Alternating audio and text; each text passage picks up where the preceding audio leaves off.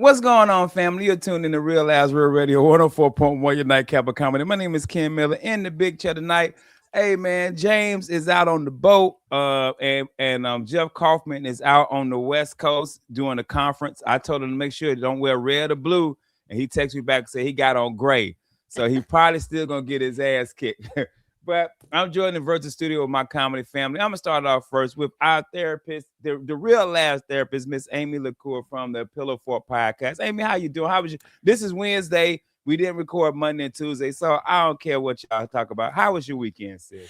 I am recuperating. Hey, Ken. I just got out of a 20-hour drive because my husband would not let us stop because we had to make good time from Pennsylvania to Florida. Why? Why do y'all do it? Can you? We don't have to talk about it now, but why? Why can't we We talk stop? about it. We'll talk about it right now. Cause you know what, man? It's a unk responsibility. It's your husband's responsibility to end up at the kitchen with all the other men, and then just discuss the time it took to get somewhere. Oh yeah, That's an unk 100%. move, Why? man. What That's is when you're Yeah, a it? real What is man. it? Where does it yeah. come from? Why? We even talked before we left, y'all. We were like, we're gonna stop. We have nowhere to be. We're gonna Mm, be leisurely about it. mm. But on the way up there and on the way back, 20 hours were in that car. I think we stopped 3 times. He got it was it's too Lewis much. and Clark were booking until they picked up Sacagawea. Yeah. Until they picked up Sacagawea, Lewis and Clark were booking. They were like, "Hey, man, we about 17 days to the next trade post." Clark was like, "No, no, no, check it out. If we go down this waterfall, I think we can make it at 15." They was like, player, Himalaya. And then they picked up Sacagawea, and she was like, "Oh my God, I I'm gotta hungry. pee. I'm I'm hungry. 14. I Oh." wanna I wanna look at the water. I wanna Hey, enjoy life. I hey, wanna live. hey, they said Lewis and Clark was the first one to whitewater raft. Yeah, bro. Yeah. Hey, Amy, I used to be that way. Yeah. I did, but I'm damn near 50. I gotta pee every couple hours.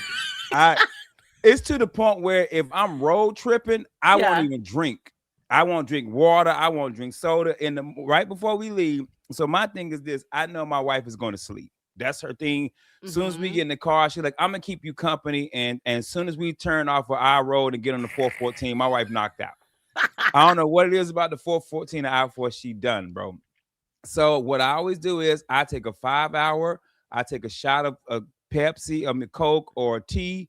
I got some Mm-hmm. snacks already out, so she ain't got to get nothing for me. And it's dark, and I Mm-hmm. drive until she wakes up. What time Once y'all she, leave? What time you we get up to usually leave leave? 5 in the morning, Mm-hmm. so I can beat that I-4 Daytona Jacksonville traffic. Right. Because I'm usually going. I'm 95. just this is my North Carolina trip. So if I can get through that, usually by the time I get to Georgia, I know my wife is up. Then I can do the pee. I can pee every couple of hours. Make it But to I Georgia. Mm-hmm. usually, if I'm traveling, the old me, I'm straight. I ain't stopping. I ain't nothing. I'm like that astronaut. I got a diaper on. I ain't stopping for Yeah. nothing. I don't I understand. ain't We had stopping. nowhere to be. We had literally 2 weeks to just get wherever we were going. And we talked about stopping and like, oh, if there's like a ball of yarn, we're gonna look at it. No, as soon as he got in that car, something clicked in his brain. He's Mm-mm. like, we're not Animal. stopping. It's First of animal in all, him. yeah. First of all, it ain't first of all, I'm keep it real. You was riding in the car by yourself. I don't even. You didn't stop, Amy. Yeah. Like we done talked about. I let you go long enough. I let you go 4 minutes about this imaginary husband. Do you put the men's clothes on when you pretend you're him? Yo, Yeah, You it's a put good like a pickle time. in your pants, you dancing? I'd do me if I was me. yo, I do a Amy little got on. makeup thing in my eye. She said she got on the gray Yeah, sweatpants. Like what? gray sweatpants, throws a remote control down her panties. She's just dancing in the mirror. I'd F Backwards me if I cap. was me. Hey man, yeah. You got me. You caught What were you me. going to Pennsylvania for? Well, we went to Move the West Virginia bodies. for we went to West Virginia first to see my mom, and then we went to Pennsylvania after that to stay with some friends. But on the way up, it was like 18 hours. On the way home, it was like 20, 21 hours. It was a long trip. It was a Yeah. very long trip. Yeah, I've done them, man. We gonna get to our other co-host, man, in a second, because he just got off a trip as well. But I've done them. Man, let me tell you the dumbest thing I've ever done, man. I drove from Arizona to North Carolina, Mhm. 1997, no cruise control with a tape deck, because I didn't want to fly home and rent a car. Because that's gas was 90 cents a Gas was gallon. 90 cents a gallon. But I had a Mitsubishi Mirage, so I had to fill up every 200 miles. Like it, Yeah. it wasn't like I had a big I put $50 in, I'm making it. No, every 200 miles I was filling up. And then the next time I went home to North Carolina, I got on the damn plane. I said I would never do that again. But then when I became a comic, I drove everywhere. Like the furthest I've driven is DC. I drove to DC, which is like Yeah. 15 hours. I did Mhm. DC for stand up, but now that I'm 50, I hate flying, but I'm getting the plane, dog.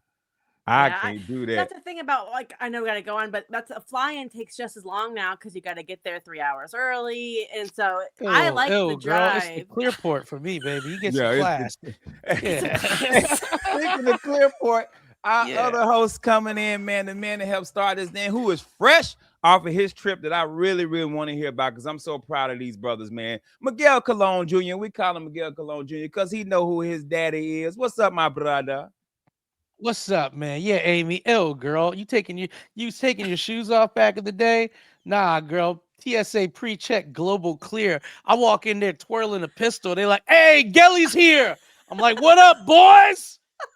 Yo, when you got that global pre-check TSA badass pass, I come in there with a bag full of endangered animals. I'm like, who wants a red panda? They're like, hell yeah, homie. I wear the cocaine on the outside of my girdle. And I'm like, hey, we better land quick, man. I swallowed 16 balloons of heroin. They're like, baby, welcome back. Yeah, man. Ill girl, 3 hours ahead of time. What time you get there? How you don't get there early for pre-check for? I get there like an hour before we board. No, I never done that. I never Walk done on that through, before. look at all the peasants. Sometimes too, man, I spend 20 minutes not in line, just Mhm. looking at like people with their families and whispering to their kids, if your daddy loved you, he would have spent the $180. But now you taking your shoes off and pedophile smelling your feet. You know, old Dan Schneider, Nickelodeon flight ass. I got my Timbs on, steel toe.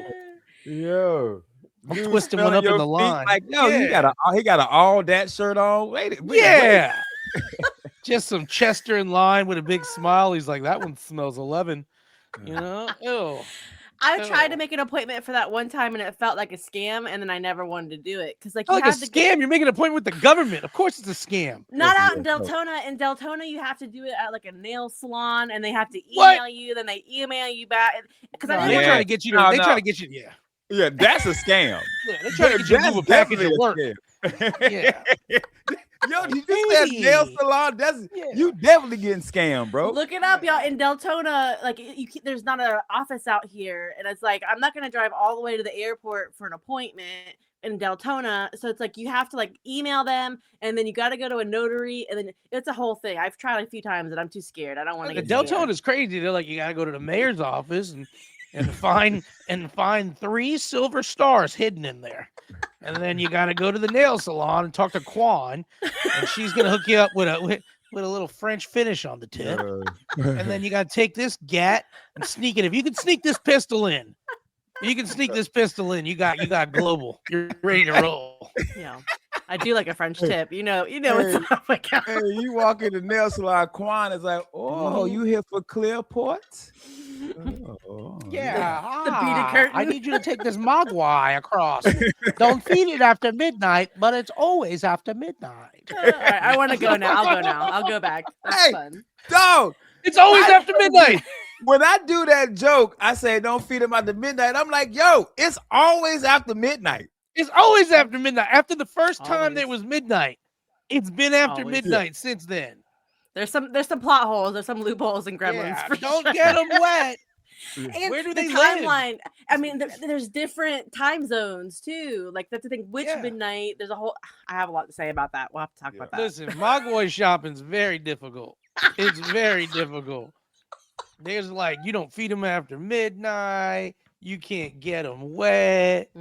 You can't fight them. Like if you had a mogwai fighting ring, they would shut it down. I'd be like, show me where this thing's a real creature. Yeah. Like these things are like midgets. They don't have rules about protecting them. Mm-mm. Mm-mm. Dog, I did a midget joke at work today. Co-workers went bananas, bro. Yeah, they did, man. It's They just a went short joke, bananas. straight to the punch. You know? Ah, They said, "Hey man," they said, "Bro, did you just say what I think you said?" I said, "I did. I'm so sorry. Dog, I've been apologizing at work a lot. I've been overboard a lot at work. I've been Midget saying a jokes lot are of crazy hard because you don't feel wrong about them until like one just walks in the room and they're like, God damn it. Like, stuff." what's up, Terry? You know, I didn't know you was coming into work today. Yeah.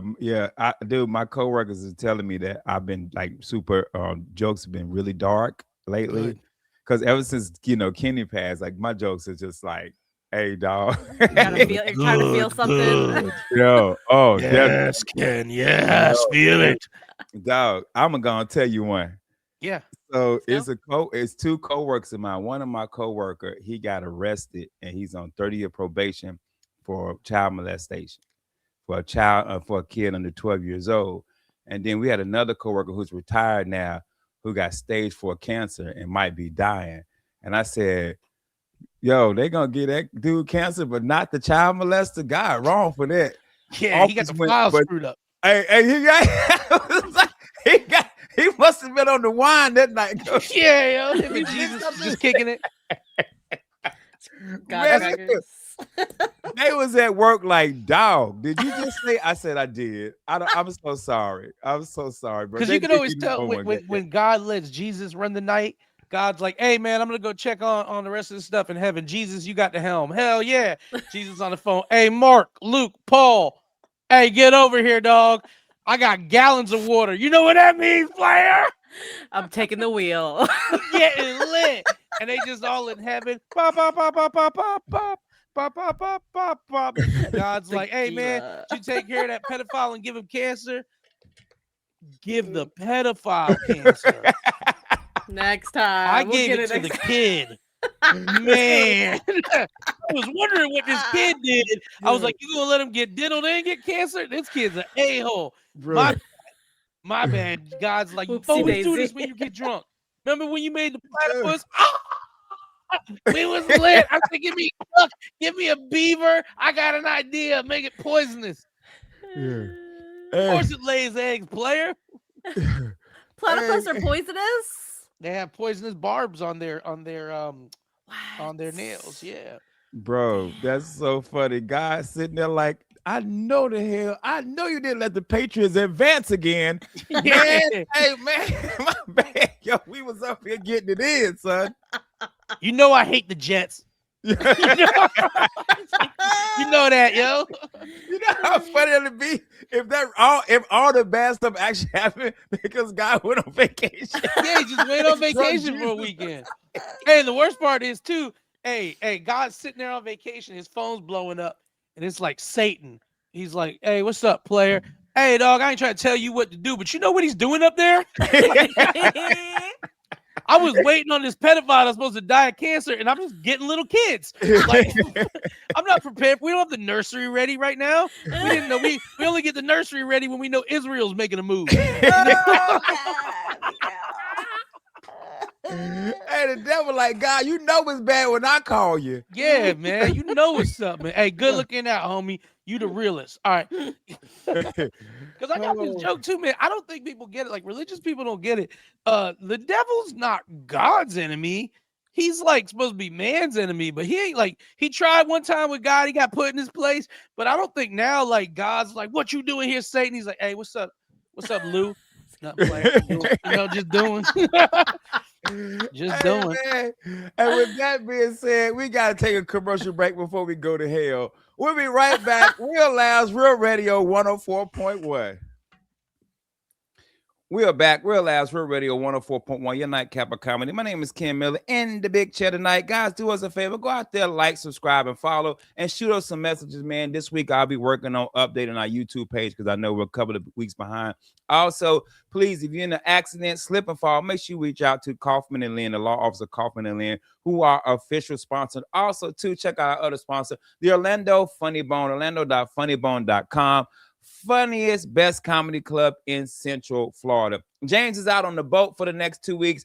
Jeff Kaufman is on the West Coast getting his conference on. So join the virtual studio of my comedy family, Aimee LaCour from the Pillar Fort podcast. And she has a show coming up at, what's the name? Fringe, Sight, the comedy show.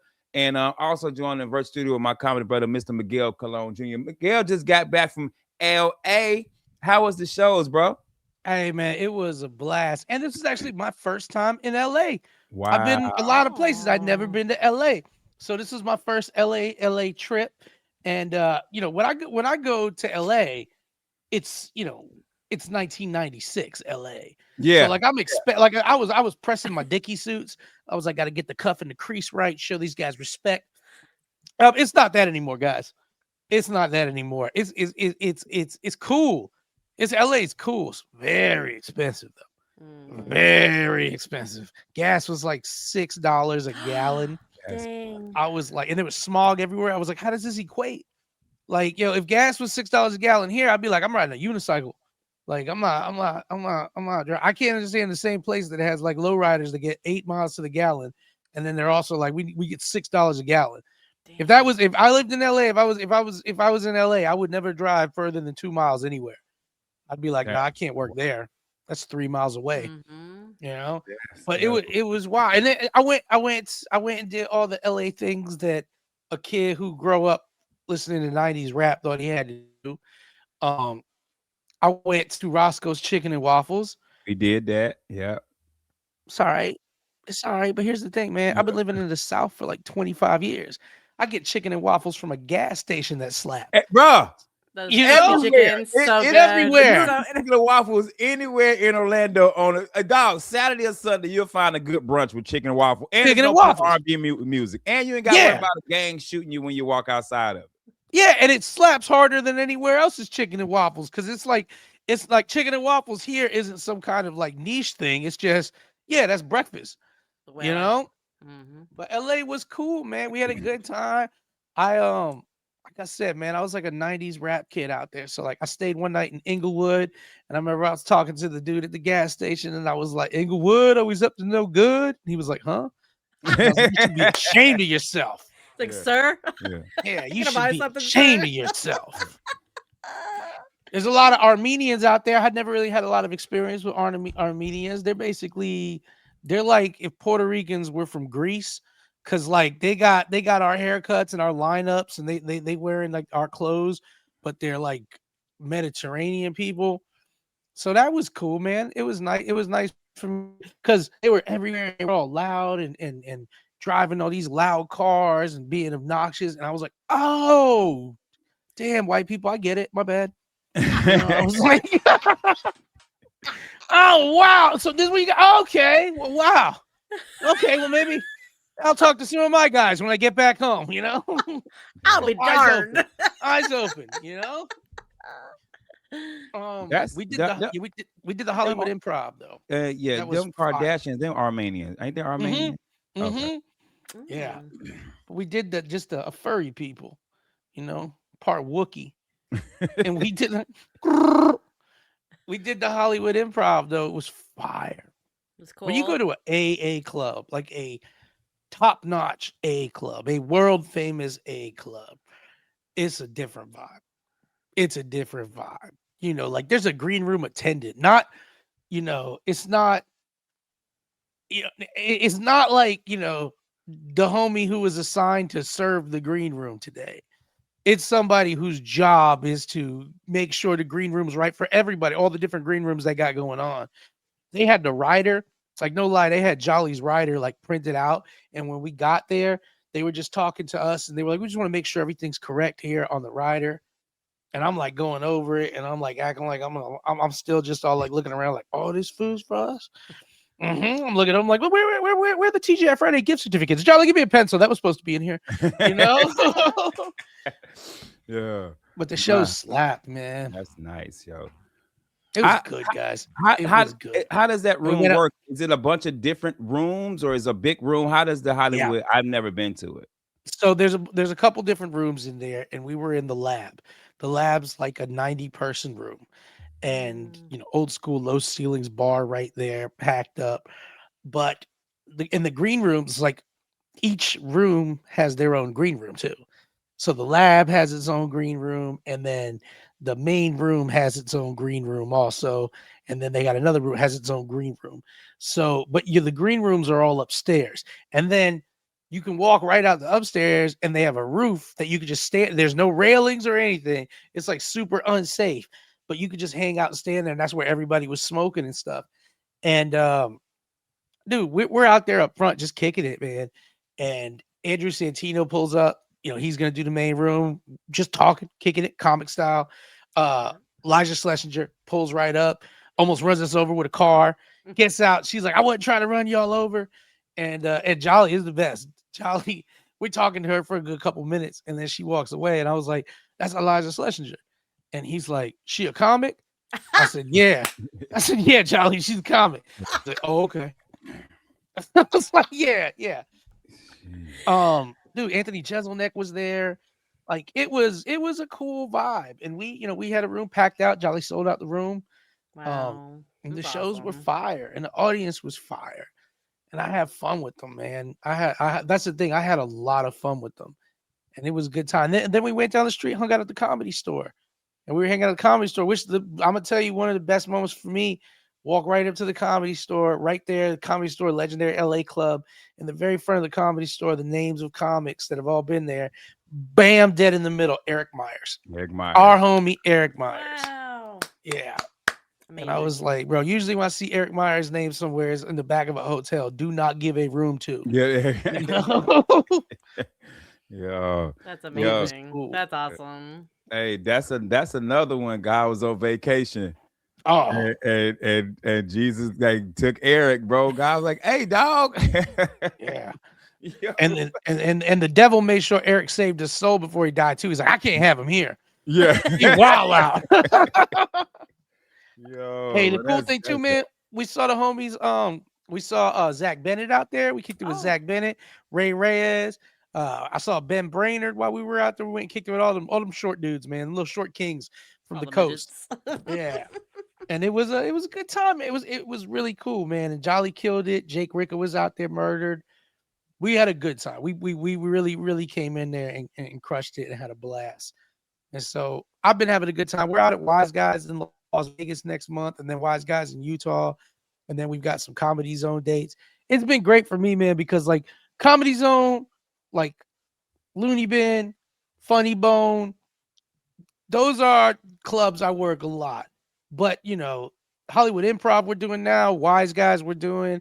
I did House of Comedy out there in Minnesota. I've been really on tour with Jolly now, working a lot of good clubs that I haven't worked before. And there is a difference when you spend years road dogging it and Yeah. doing like Wednesday nights at at a Comedy Zone, and now you're doing the Thursday through Sunday. There's a difference between the vibe, the audience, the feeling. And to be honest, doing these rooms like this year has rejuvenated me because you get to those lulls and you're like, how many VFWs am I gonna do? They're good money and it's fun, but I want to do more rooms. I want to do comedy rooms because when you do a room, when we did that House of Comedy run in Minnesota, 2 shows a night, Thursday through Sunday, every show 100 plus people there to see Jolly and comedy. Mm-hmm. That you walk into that audience, you got them already. They're Yeah. pumped. They're pumped. You're there. They're like, oh, this is one of your dudes. I'm pumped. You're here, and you don't have to do anything other than just man. It's T-ball. It's Bro. T-ball. I say that every time I get to open for like a celebrity comic and I go do that theater and I'm just like, they pay $65 to $150 for Yeah. stand up. Yeah. They're going to have a good time. Mm-hmm. They are going to have a good time, bro. 100%, bro. even the OMG is Wick shows. Wick shows is 35 Oh to yeah. $45, and they're sold out. And those people, and the funny thing about the OMG Wick shows, a lot of them people ain't never been to a comedy show. They This just is their follow him. first comedy. Yeah. They just follow him. This is their first comedy experience, bro. Right. You know what I mean? But they paid good money. I always feel like if you paid, you coming to have a good time. It's rare that you go to a club that people paid to get into. I don't care if it's $15, $20. If they paid, they're coming to have a good time. It's them free shows where you're like, man, this is about to be. When you begged everybody to come and you begged your coworkers to When come. no one knows it's a show. Right. When they like got them. Because some of these comedy shows go down like interventions. People are just sitting there watching football, and all of a sudden the TV's cut. And then you on stage, and they're like, what is happening? And you got to be like, hey, Dave, I'm glad you and your family's here. I want to tell you jokes.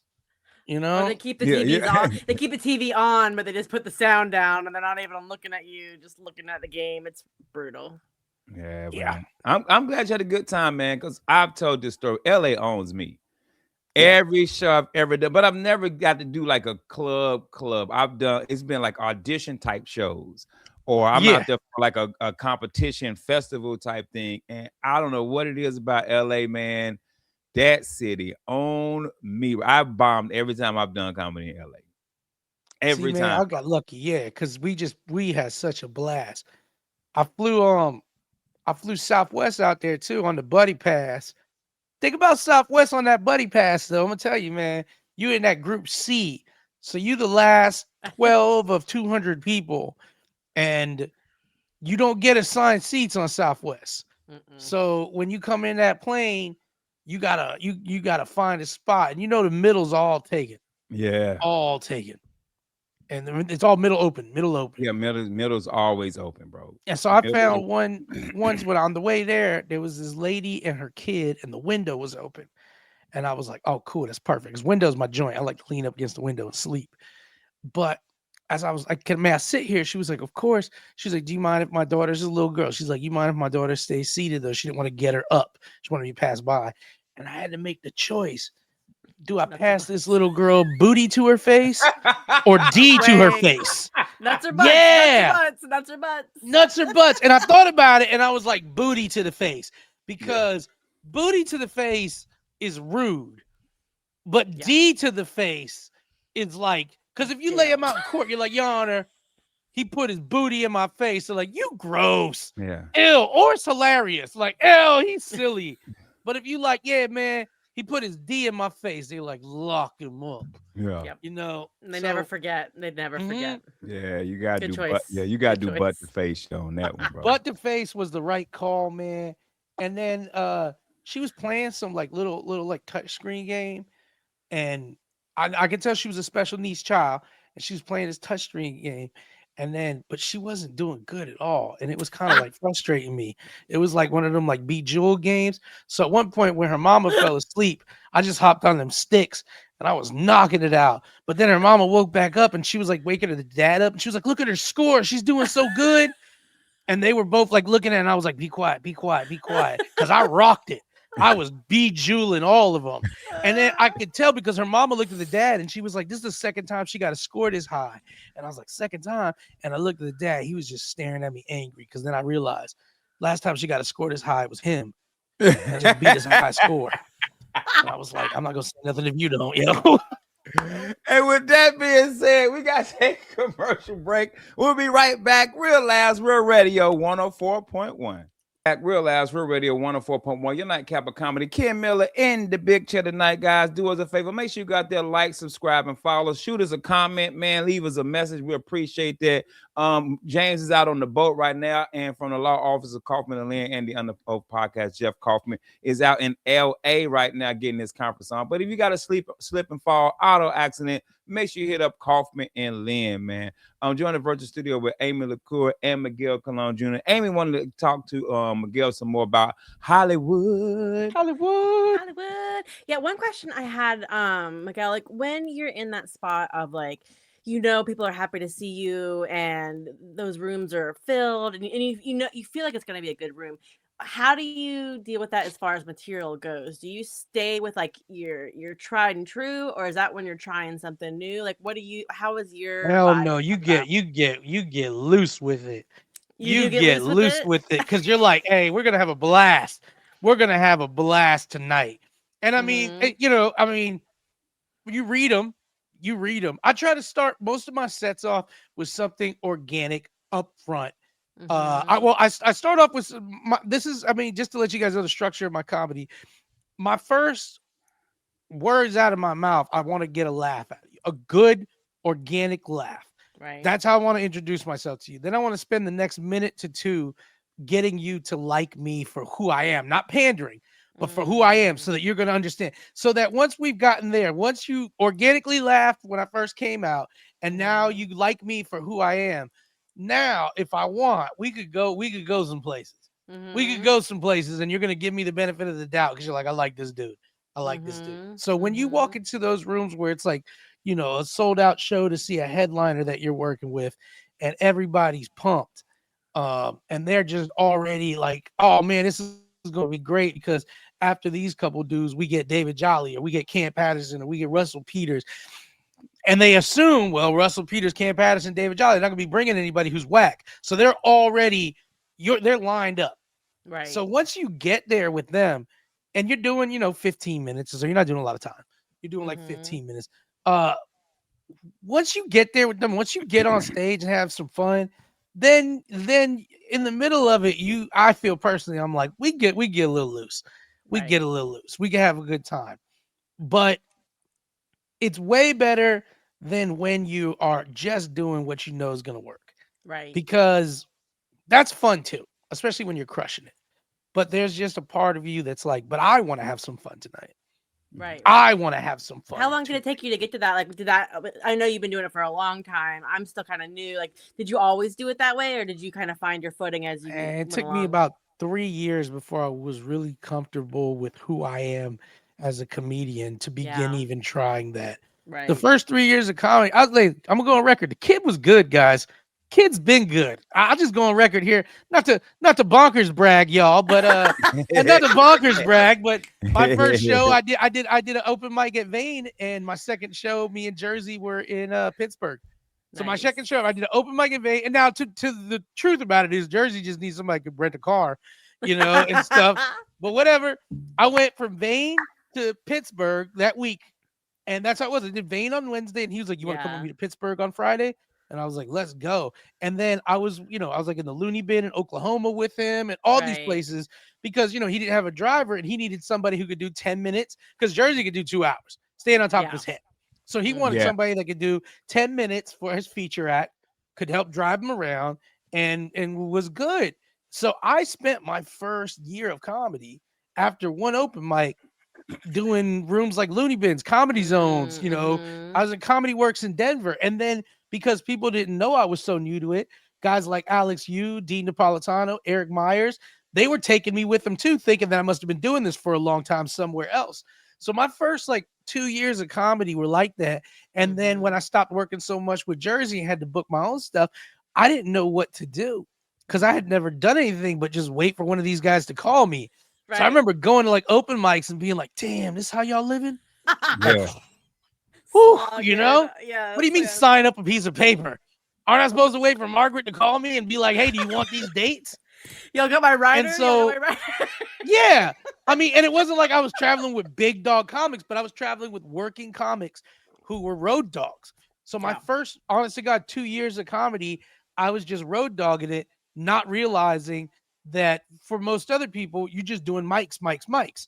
Right. So and what happens when you're doing shows like that new is the benefit was, man, I was learning how to do comedy at rooms with 150 200 people, Right. Right. rowdy bonkers rooms where fights were breaking out, and I was learning how to do comedy. It wasn't like I was at an open mic where there were 7 people and Right. nobody cared. People Yeah. cared, so a fight would break out and you would, like, Dean would be like, keep going, they're gonna break up the fight, keep going. And I'm learning up there. I'm like, we mean keep going, like keep going.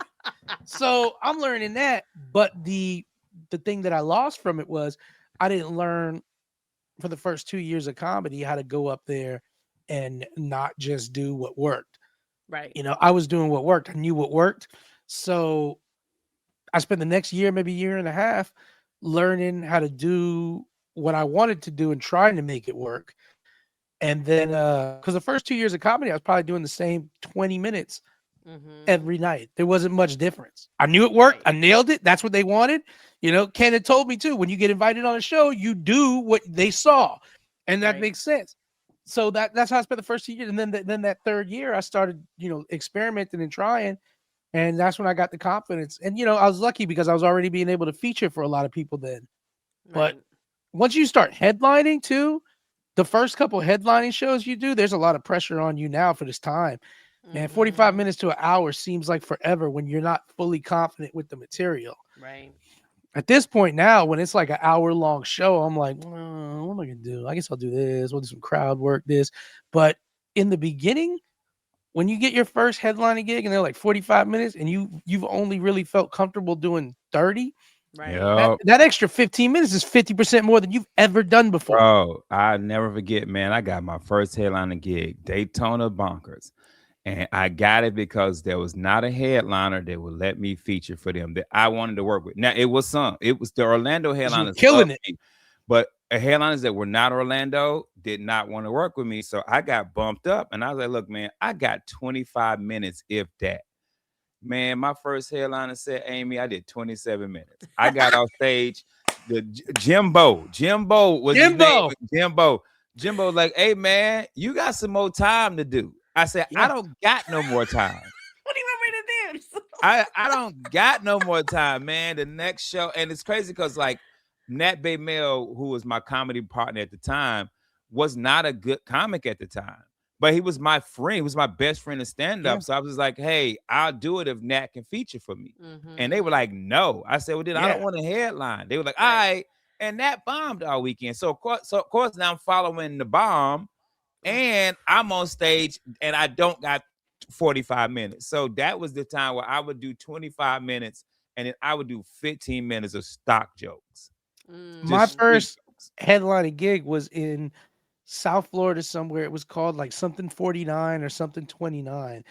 And the lineup was me, uh, Jacoby, Mark Viola, and Mm-hmm. Bishop. And we all drove together. And I was headlining because they had just convinced me. Mark Viola had convinced me, oh, this guy's good. He's been featuring. He's ready to headline. And I watched everybody eat a D. And I was trying to figure out how I was going to do 45 minutes and I only had like 25, 30. And watching everybody just eat a D on the way up there, it was like, oh my God. I was like on the third boat about to land on Normandy. And I was like, this ain't gonna work. Yeah. Like, this door's gonna open Run. and this ain't gonna work. And it just didn't work.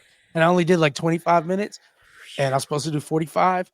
And I got off and the dude handed me my check and said, don't come back. I said, thank you. Yeah. Hey. I love you. Thank you so much. I love you. Hey. Yeah, you gave me the check. Wow, you a real one. Yeah, man, we've had them days, man. I've had them days, and a lot of times it's who's in front of you too. Right. You could have some cats in front of you that don't do well, and you like, oh my God, I got to follow this man. I did a show with somebody one time. We had drove to Georgia, and this comic was from that area. That's why I had him on the show, and every show he bombed.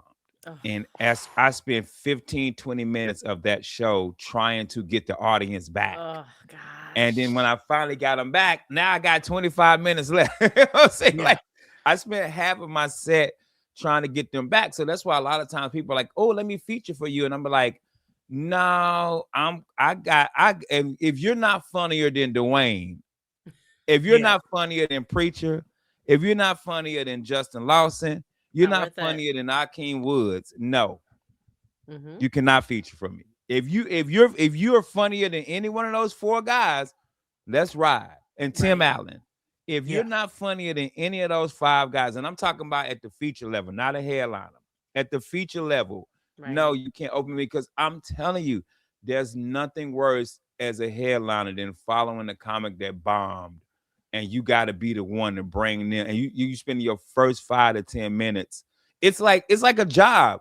If you work the day shift and the night shift doesn't have the stuff ready for breakfast, and you get there, Who you spend your closed? first hour of the shift trying to put egg McMuffins together. Who closed? Yeah. Yep, who closed? And then you have Yeah. to ride in the car with them too. And the Oh, worst is when you're like having to after the show talking to people and they don't look at you if you did bad. It's not worth it. Yeah, it's not worth it to be the one doing bad if you're not ready for it. hey sure. man, Chris Alexander tell you, bro. We did Daytona. He'll tell you the story. Chris will tell you the story. We did Daytona, and Chris bombs. Chris was supposed to do 25, man. Chris, who I'm talking to right now, trying to get him to come to the show.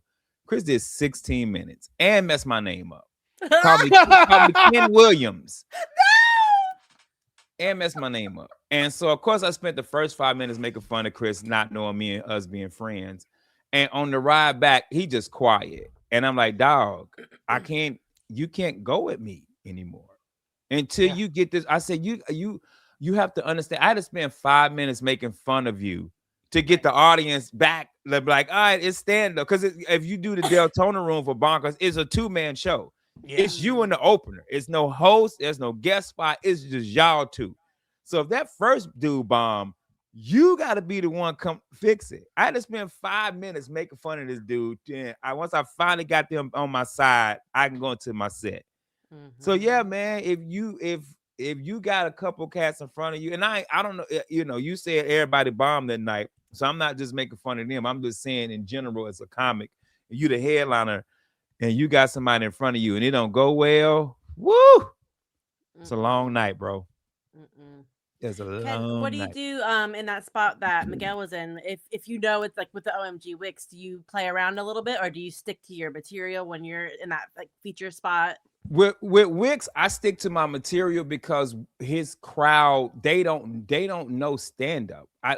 You'll be shocked at the amount of people that leave Wix shows. Like, this is our first ever stand up show. Right. So I think a lot of them, like for instance, I had a doctor's appointment today, and I was telling my doctor on video chat I was a comic.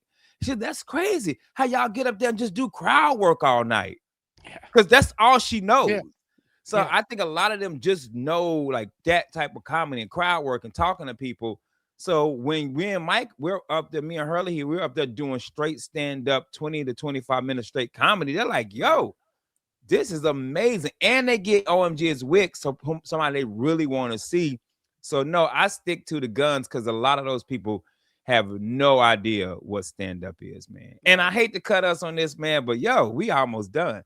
We got to get ready to get up out of here, man. We'll talk more about this tomorrow night. Before we go, man, Aimee, what you got this weekend? This weekend, I have S Sandwich at Bull and Bush, 9 p.m. down in the Milk District. We also have a show at Little Indies at 4 o'clock on Saturday, the Secret Illegal Comedy Show. We're raising funds for Second Harvest Food. And yeah, follow me at AIMEELECOURS. Cool. Miguel, what you got this weekend, homie? I got Side Splitters January 18th with Jack Tini. On the 21st, I've got Craves with the whole Real Laughs crew. And then on the 22nd, I have Jazz and Jokes, Brody Love Show, downtown Orlando. And then the 25th, I am at Roke Pub over there in New Smyrna Beach with Don't Tell Comedy. Yeah, right. Yeah, same thing, man. If you listening to this Thursday at Debonair, I got Jazz and Jokes, man. Brody Love. Make sure you go check it out, man. You go to my social media and you'll see all about that. Saturday, Fort Pierce. I'm in with OMG. It's Wix Sunrise Theater.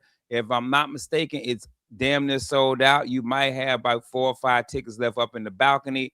So make sure you get that, man. And then the rest of the month, man, I got a bunch of one-nighters, man. I'm gonna be local for the next couple of months, man, so I can get my PTO up. So at the end of the year, I can take vacation and my wife don't be mad at me. But we got to get ready to get up out of here. We appreciate y'all listening. James and Jeff, we miss you, man, but we got to go. That is Miguel Colon Jr. That is Aimee LaCour from the Pillow Fort Podcast. We got to get up out of here. Aimee, do me a favor and tell them what to do. Take your ass to bed. Good night.